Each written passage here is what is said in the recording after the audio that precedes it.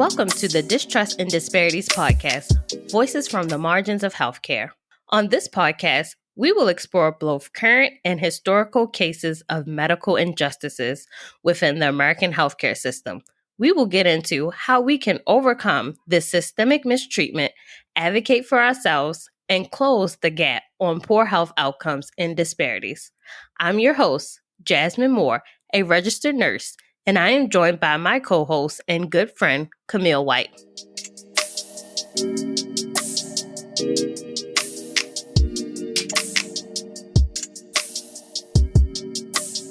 On this week's episode, we will discuss cervical cancer in Black women. We will cover Henrietta Lacks, a Black woman whose cells have made an enormous contribution to medicine and science. And we highlight the Black Women's Health Imperative, an organization working to protect and advance the health and wellness of Black women and girls.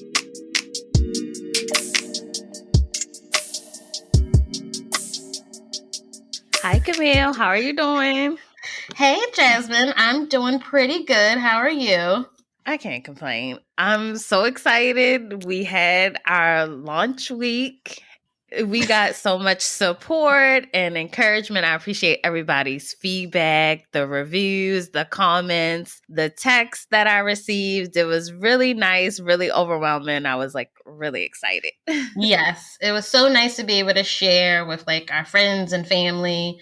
And like you said, the support that we've received from people on, our social media pages, and then also the text messages of support and feedback from people. It's been really nice, and we're so glad that it's been well received, and we're so glad to continue on and release more episodes. Yes, the work to get to the launch, creating the social media, the graphics, and just even recording and editing and learning the technology. So it felt really good. I was like, yes, we did it. And it was yes, all right, let's keep going. Let's start working on the next.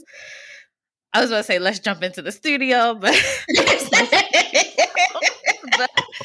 we are excited to keep going. We're excited to bring you this episode. And, we did a lot of work for this episode, research and everything. So we're excited to put together this episode.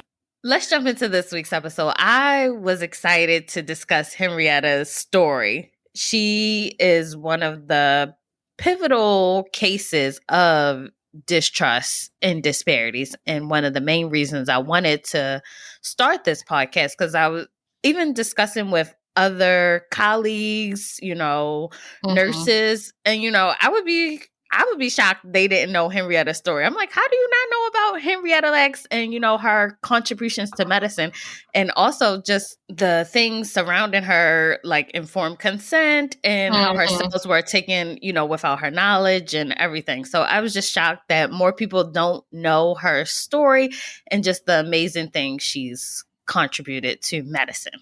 I was like, we definitely have to cover Henrietta Lacks. She is up there. She was like the number one story that I want to cover.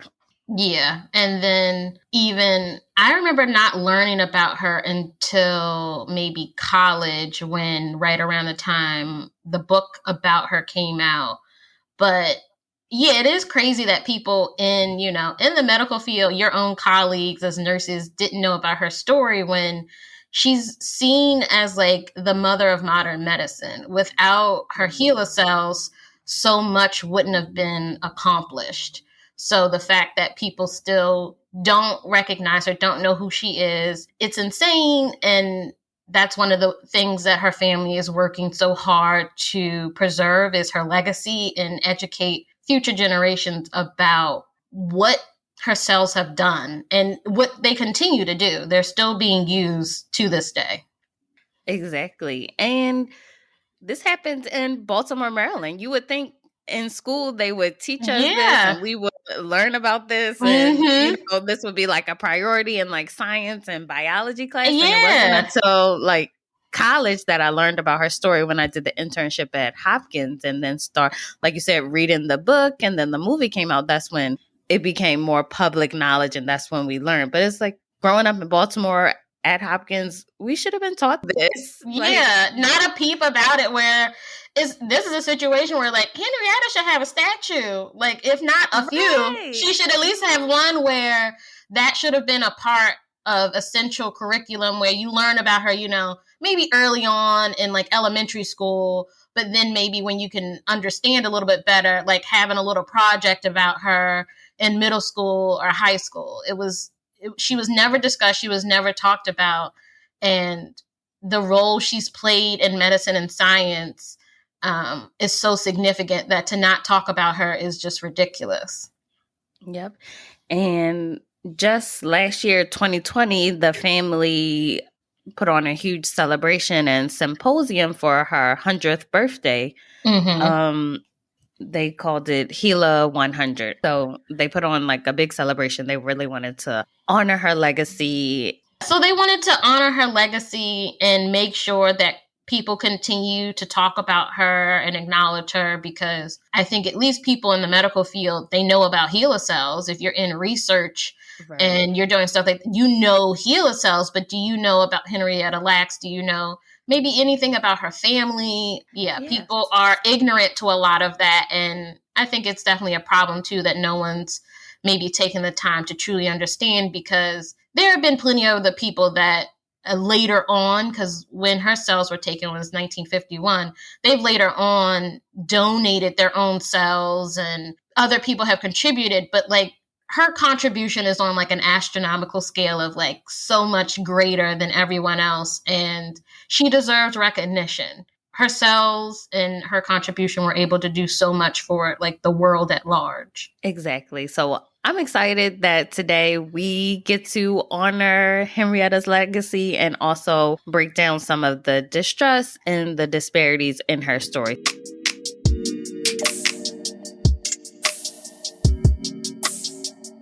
Let's jump into her story. Let's get to know Henrietta the person and also her family. Henrietta Lacks was a Black woman born on August 1st, 1920 in Roanoke, Virginia, to parents Eliza and Johnny Pleasant. Her original name was Loretta Pleasant. Researchers, even her family, are unsure of when she changed her name to Henrietta. When Henrietta was 4, her mother passed away, and she was sent to live with her grandfather, Tommy Lacks, on a tobacco farm in Clover, Virginia.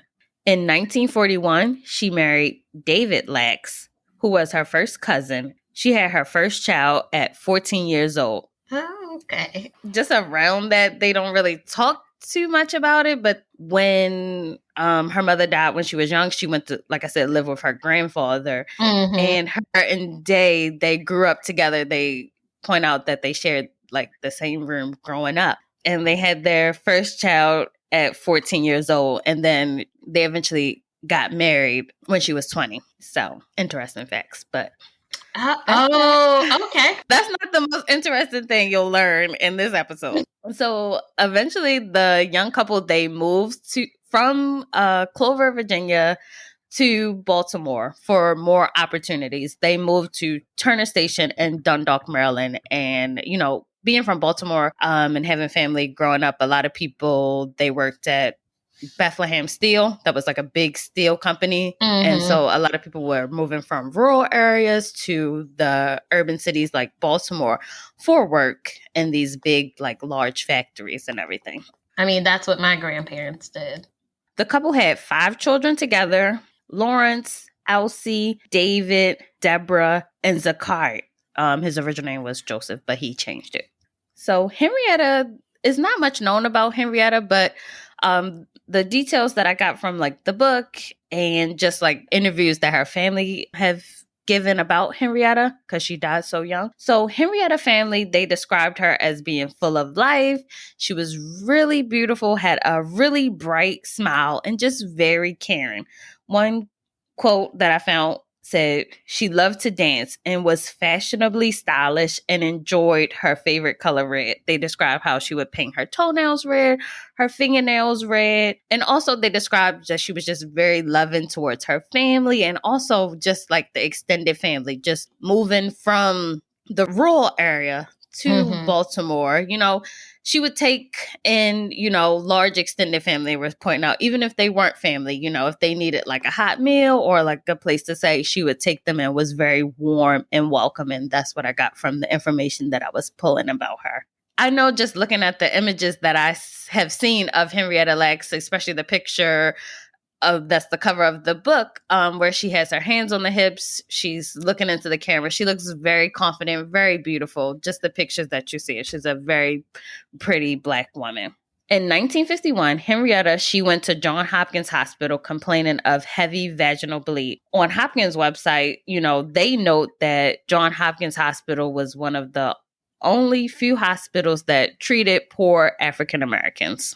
So I thought that was interesting that they pointed out, like, we're taking care of Black people. Look at us. Yeah, it's sort of like, give us a star, pat us on the back. And I think I also saw somewhere on their website that apparently Johns Hopkins, he specifically stated in like his will or something that he wanted to make sure that the hospital did treat African Americans. So many Black people in Baltimore don't trust Hopkins, and we'll get into more of that distress because it's deeply noted in the family how they don't trust Hopkins. Yeah. But, they wanted to point out that they were, treating us colored folks. Yes.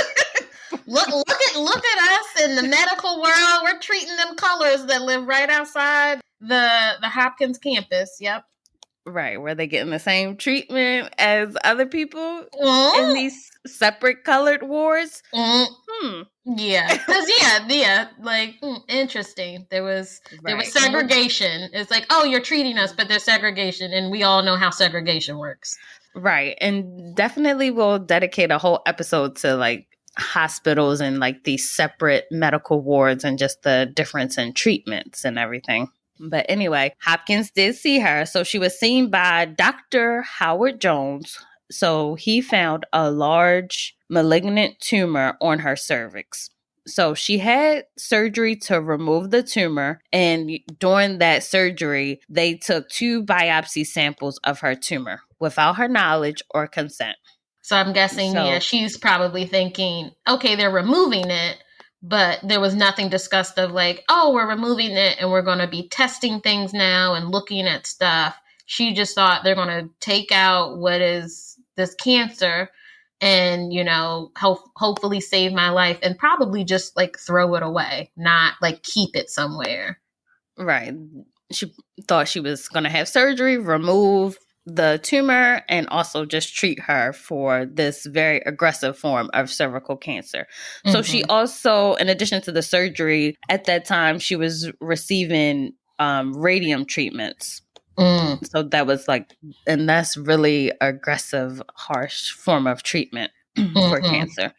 So despite having the surgery and also the radium treatments, her cancer quickly spread throughout her whole body. And on October 4th, 1951, which was 8 months after her diagnosis, Henrietta passed away in the colored ward of Johns Hopkins. She was buried in an unmarked grave. Okay. And I remember, at least from watching the movie, it seemed to be an unmarked grave on land that the family owned in, Clover, Virginia. Yeah. Okay. So despite her passing, her cells still remained resilient. That second sample of her cells was sent to Dr. George Guy's lab for analysis. And he had been studying cells, and he was receiving everybody that came to Hopkins with cervical cancer. They would automatically send him sample of the biopsy that they took of their cells. So nobody was consented, including Henrietta. They just took the cells and passed it on to Dr. Guy at this time. So he was a prominent cancer and virus researcher.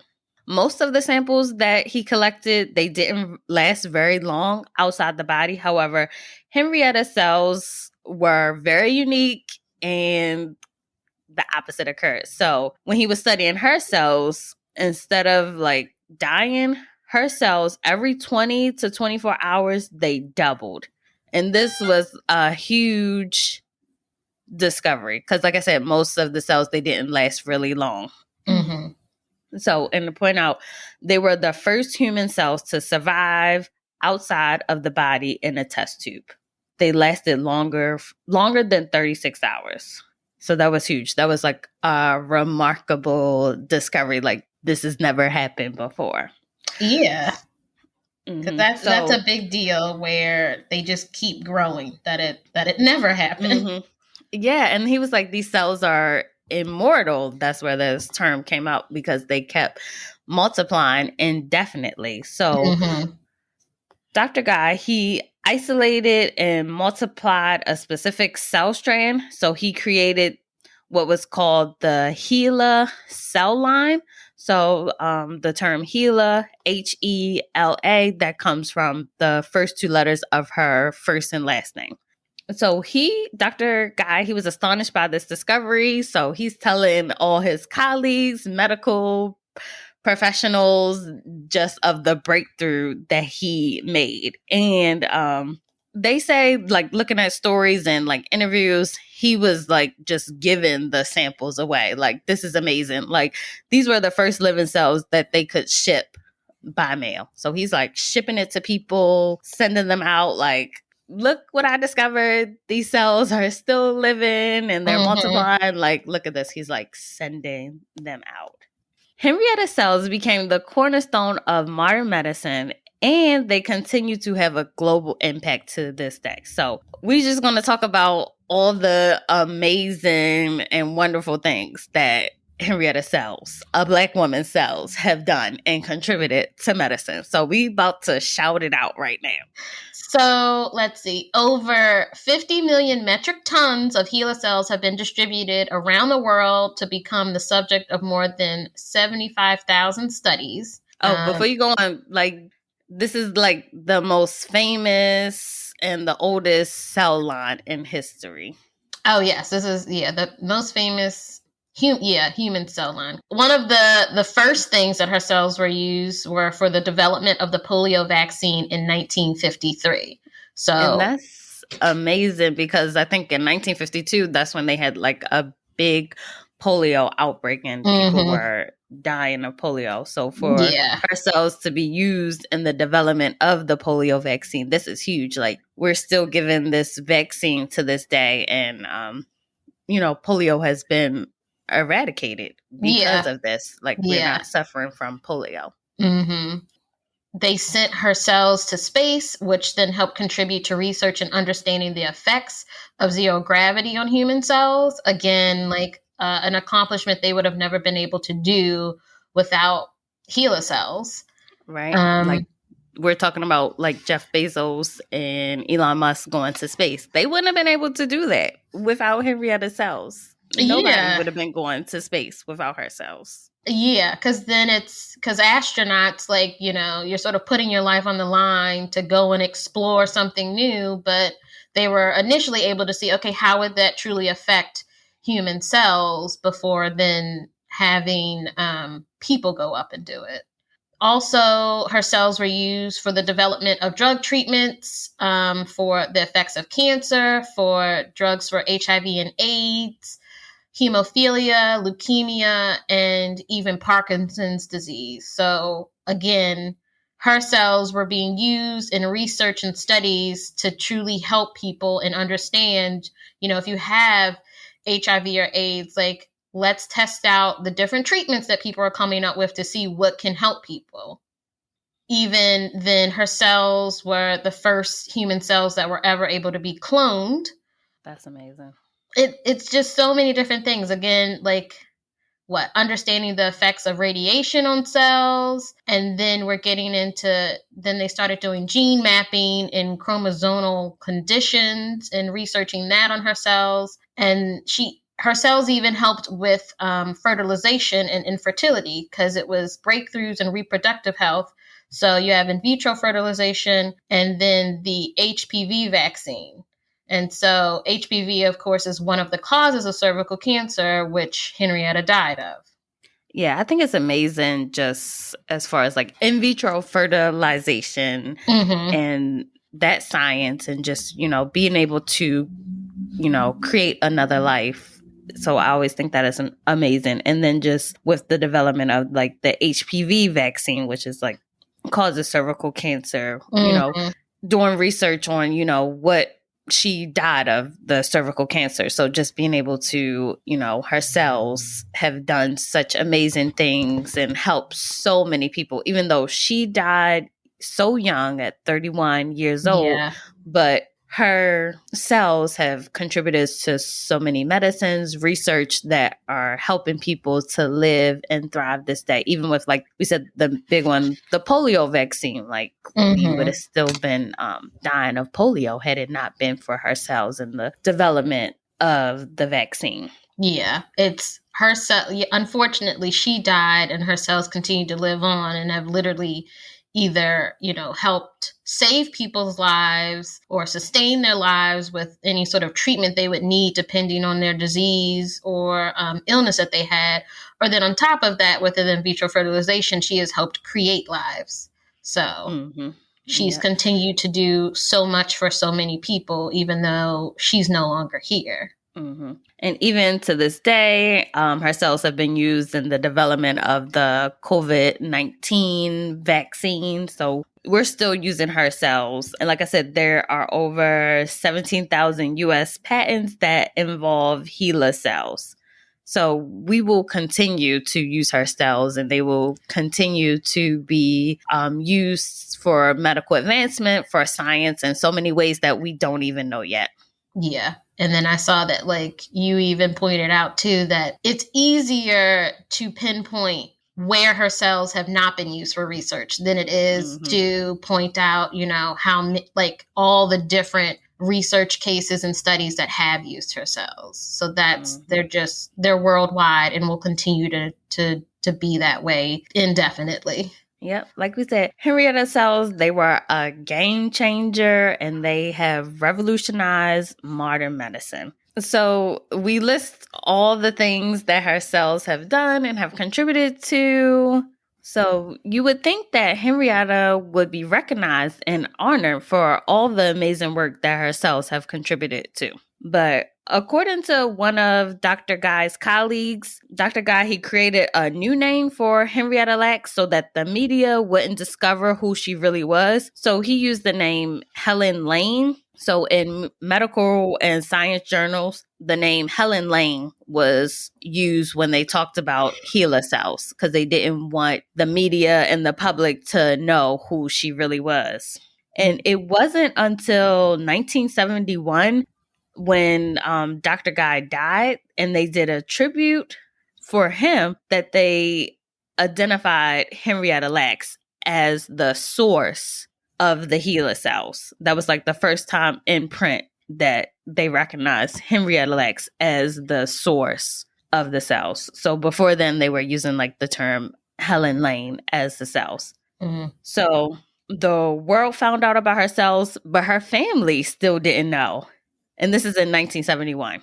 So we're talking, 20 years later, and her family still has no idea about anything at all. They were never notified, originally, when it's just like, oh my goodness, her cells have continued to multiply outside of the body. And, they've buried her and said goodbye and grieved her death. And still 20 years later, her cells are around and doing so many different things. Mm-hmm. And they've never been informed, which is crazy, where you would think I could understand in terms of maybe trying to preserve privacy for them, so media isn't coming to sort of hound them for interviews and ask them a bunch of questions, but they should have at least been informed. They should have at least known, hey, this is what your mother's cells are doing. I feel like they could have taken, they would have had pride and had that opportunity to be, in some way proud of, well, she's not here, but her cells have already done so much. Because in that 20 years,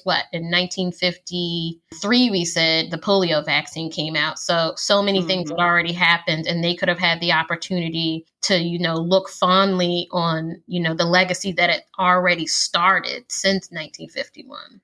Yeah, you bring up a good point. Like, I understand back then they didn't have to get consent to take her cells, but once you realize like, oh, her cells are amazing and they're doing wonderful things and helping people, why couldn't you reach out to the family? You knew her real identity. Why couldn't Yeah. you look into contacting the family and like letting them know like, oh, your mom's cells or your wife's cells are doing amazing things. This is what Mm-hmm. we've discovered and this was what we are using them for. I just don't get how they were left out in the dark for 20 years. And even the way that they found out about her cells, you know, they weren't directly told, you know, they kind of had Mm-mm. to learn for themselves. So in 1973, HeLa cells, they contaminated other cell lines. HeLa cells were not only dependable but aggressive. I remember learning about how they would just travel through the air vents and things of Yes. laboratories. So you had these great cells that could do so much,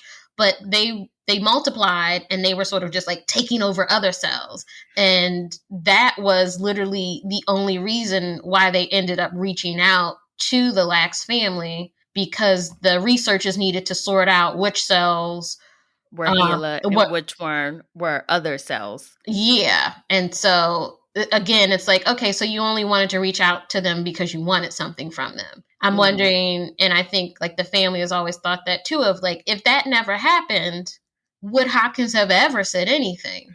Right. If What? the cells didn't become like contaminated or anything, you're right. Mhm. Would they have said anything or would they have been business as usual? We never would have found out Mhm. about her cells and the woman's story. Yeah, because then it's also like, I know they say that in a tribute to Dr. Guy that they released, her identity in 1971. But where was that, release? Was that put in like, the Baltimore Sun? Or was that sort of put out there in medical journals and research journals where the family isn't reading any of that? They don't have access to any of that. So where would they have heard this story? It wasn't like, you could turn on the 5 o'clock news and see it all of a sudden everyone was talking about it. It seems as though, Right. people were told, but people in the medical and scientific community were told.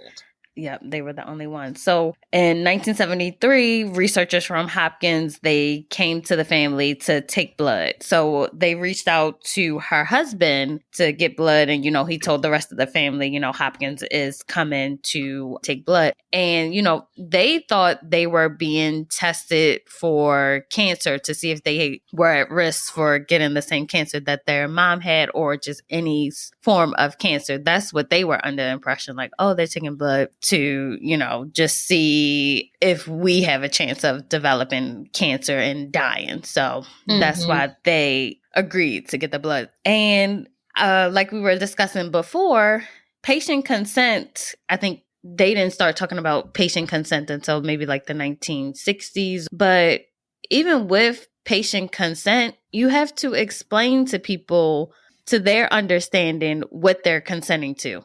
The Yeah. family did not understand what they were consenting to because the researchers, they took their blood and they also used it for additional medical research down the line. So, yes, you're consenting people if you are, but you're not explaining to them what exactly their specimens are going to be used for. Yeah, I'm sure they had to sign some sort of document. And, in terms of like any sort of consent form, a lot of times it's not broken down into something that's easily understood. It has a lot of legal jargon in there that your everyday person doesn't understand. Literally, you have to have like a law degree to understand some of like the sentences and phrases and different things. And they didn't take the time to make sure, okay, one, we're doing this because HeLa cells. Because I think when you're contacting them and asking them for blood, they clearly would have not even understood the whole HeLa cells, and her identity was revealed 2 years prior. So you then should have taken the time to be like, oh, y'all have no idea. Well, this is what happened. This is what's going on. And, her cells contaminated other cells that we were doing research and test on. So we need to use your blood to sort of parse out which are her cells and, which are the other cells. And that didn't happen. Yeah, and like I was saying they didn't understand. They didn't know the significance of the HeLa cells. They didn't know Mm-mm. that her mom's cells were still alive and being grown and still being used to this day. They did not understand. And in the book and also from interviews, it wasn't until a Rolling Stone, they did a piece on Henrietta's cells and they interviewed the family. That's when they really discovered that her cells were still alive and that they were still being used.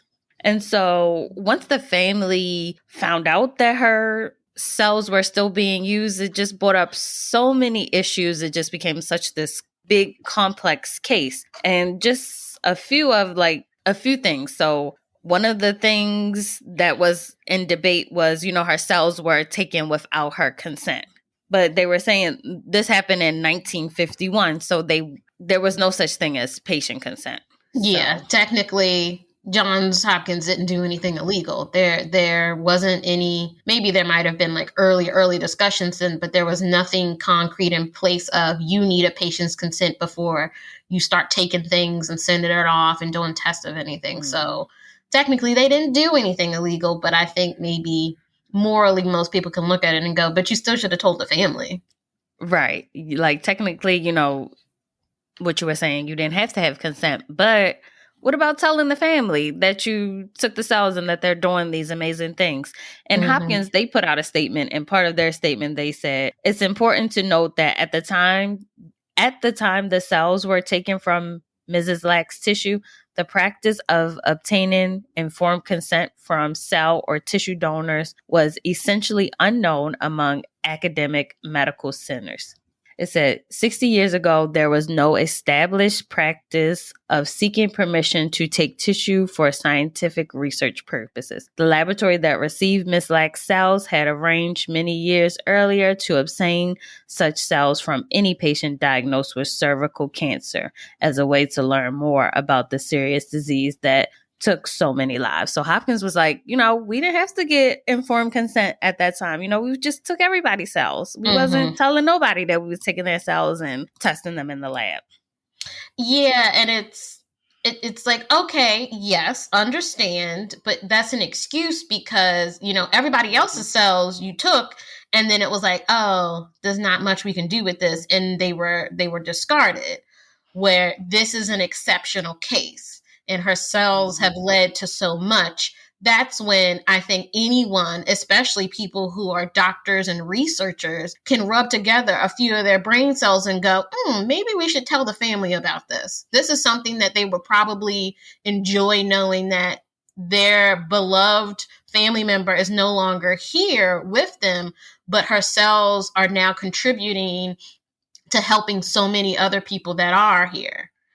I don't Mm-hmm. it's a simple thing of like, oh, well, we didn't have to do it, so we didn't do it. And it's more about, well, like, did you ever apologize to them? Did you ever Mm-hmm. acknowledge that the way you handled things wasn't correct? And it's just because it wasn't, a mandated thing that you have patient consent doesn't mean that like you shouldn't have in some way communicated with the family and let them know what was going on. Mm-hmm. And like you were saying, the families, they have a huge distrust of Hopkins Mm-hmm.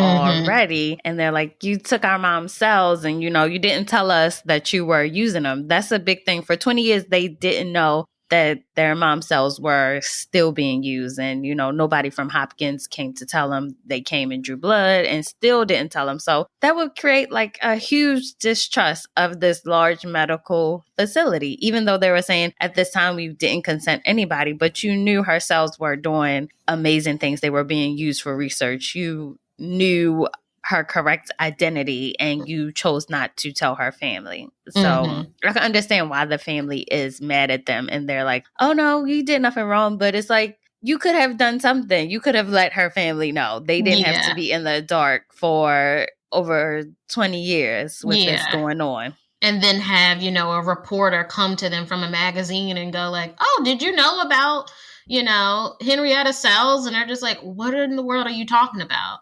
Because then you're sitting there looking crazy and stupid of like, what? What are you talking about? We have no idea what any of this is. And then they're probably thinking back, oh, Johns Hopkins, they took our blood not that long ago. Is this has something to do with all of that? And yeah, that immediately you're just like, you can't trust anyone from Johns Hopkins. You can't trust them at all because they're not in any way looking out for you, or they're not being open and honest about what's happening. They just want to use you and then go, okay, bye. Like, maybe we'll see you later for more blood tests, but that's it. Mm-hmm.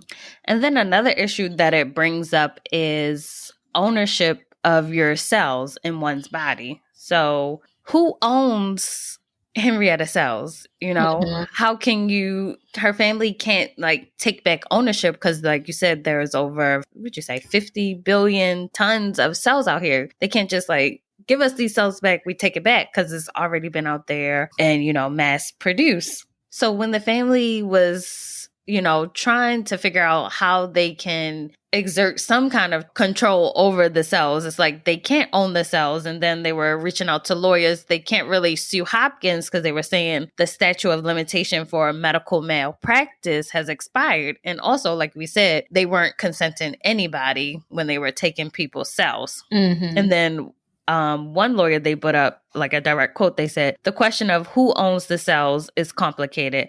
I think the answer is no one legally owns the cells as one whole entity because they can be purchased. So even like the family wasn't even consulted on any medical decisions stemming from the use of the cells in research. And like the biggest problem was that eventually, even though Dr. Guy and Johns Hopkins, they were sort of giving her cells away, vials away, because it was this great discovery and everyone should be able to use these cells. Oh my goodness. But then eventually people started to sell them. And that's when like the huge issue and debate of like, well, not only did you not give recognition to her or even communicate to her family what was going on, but then people started profiting off of her cells in a way in terms of money. I think originally maybe Dr. Guy and Hopkins sort of saw it as like everyone should have use of her cells. This is so awesome. But then people started making money and, her family wasn't making money. Her family wasn't making anything. And without Henrietta, they wouldn't have all this. So there needs to be acknowledgement and also compensation of, if you're going to start selling the cells now all of a sudden because you see it as like you're sort of taking ownership in a way of it now that you start selling them off to people. So then why wouldn't the family be entitled to some of that money?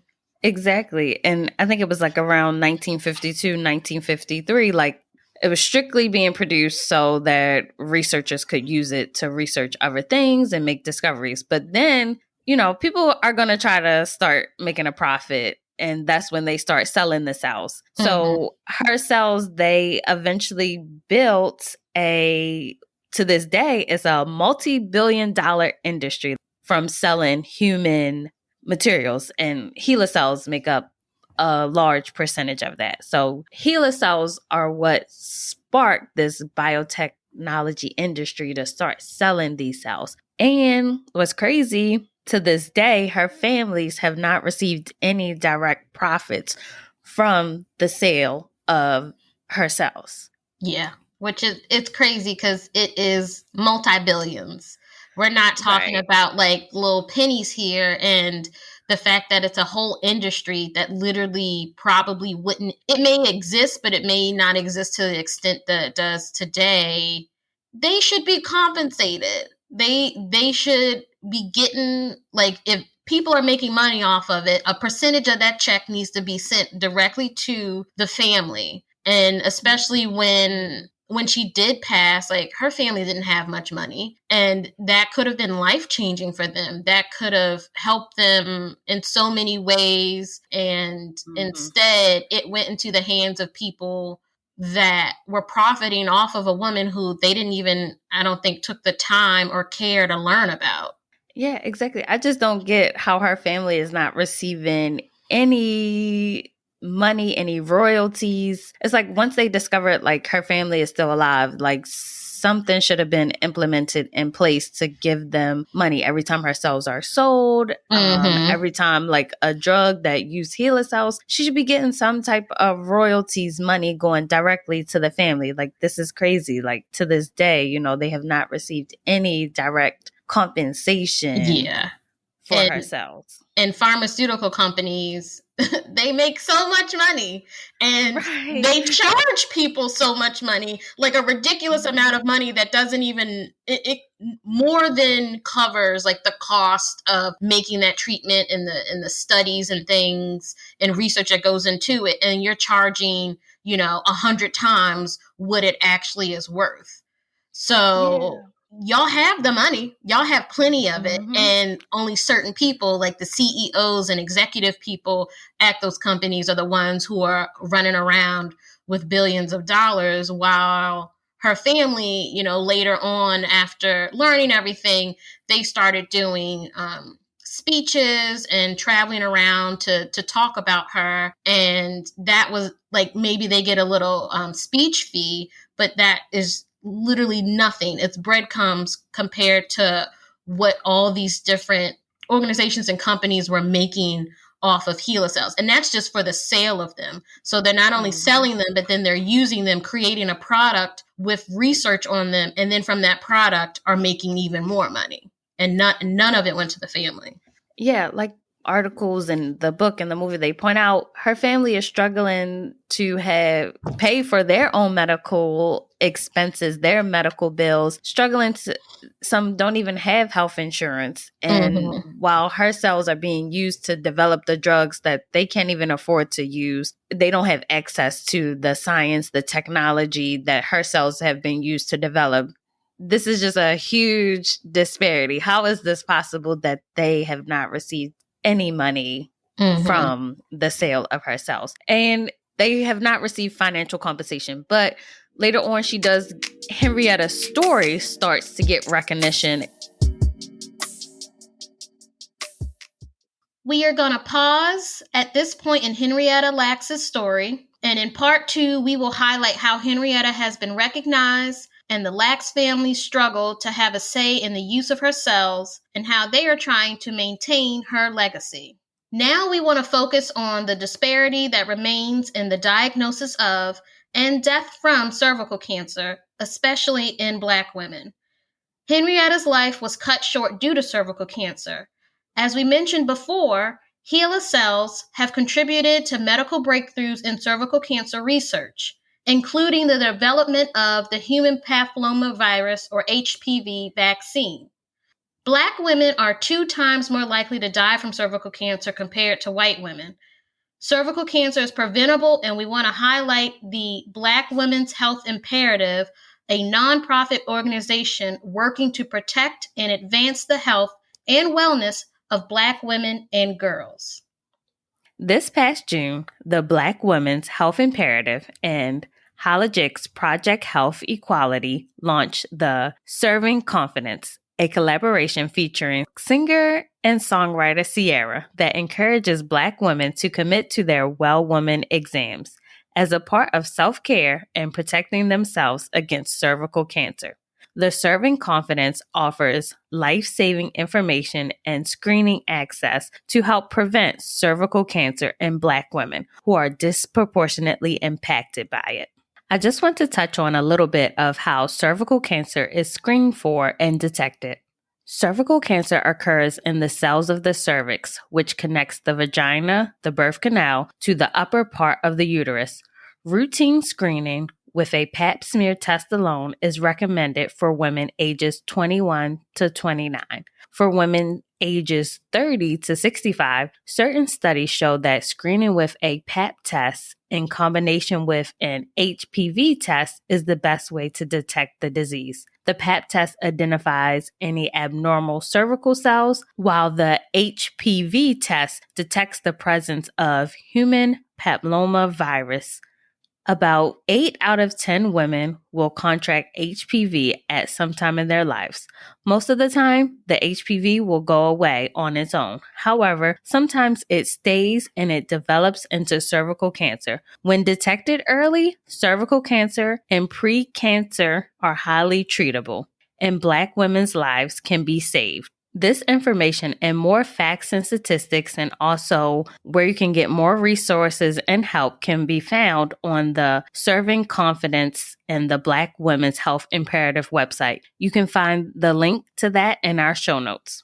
And also, it's important to point out that COVID-19 may have widened the disparity gap when it comes to cervical cancer detection because of delays in screening. So that means less women are being treated and diagnosed. So double check that you've had your pap smear done this year. If not, call your OBGYN doctor or visit the closest reproductive health clinic to get one done as soon as possible. Also, ask your close friends and loved ones, when's the last time they had a pap smear? Let's continue the conversation and take the first steps to advocate for ourselves.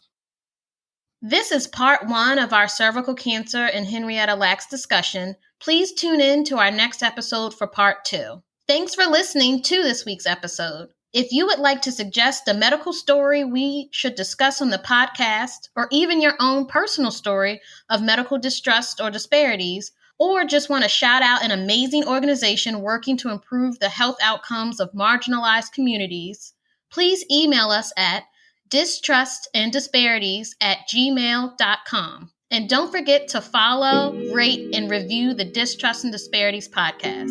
And you can follow us on Instagram, Facebook, and Twitter.